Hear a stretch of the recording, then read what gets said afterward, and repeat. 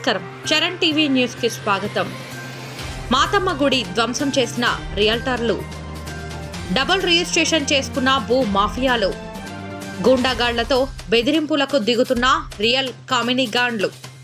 మెదక్ జిల్లా కౌడిపల్లి మండలంలోని వెంకట్రావుపేట గాడిగూడ సమీపంలోని సర్వే నెంబర్ 338లో గౌడ కులస్తులు 1 ఎకరా 34 గుంటలను ఎల్లమ్మ దేవాలయం నిర్మాణం కోసం కొనుగోలు చేసిండ్రు. స్వర్గీయ శౌరీలమ్మ వారసుల వద్ద భూమి కొన్నట్లు తప్పుడు కాగితాలతో భూమిని కబ్జా చేయడానికి వచ్చిన భూ మాఫియాలు, సుఫారీ గ్యాంగులతో బెదిరించడమే కాకుండా ఎల్లమ్మ టెంపుల్ ఎదురుగా ఉన్న మాతమ్మ గుడిని ధ్వంసం చేసిన గుండాలు. స్థానిక ప్రజాప్రతినిధులు అక్రమ మార్గంలో ఎల్లమ్మ గుడి భూమిని కబ్జా చేయడానికి ప్రయత్నాలు చేస్తున్నారు.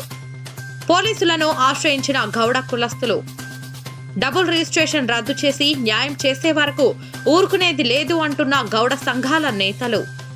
భూ మాఫియాల ఆగడాలపై మరిన్ని ప్రసారాలు మీ చరణ్ టీవీలో.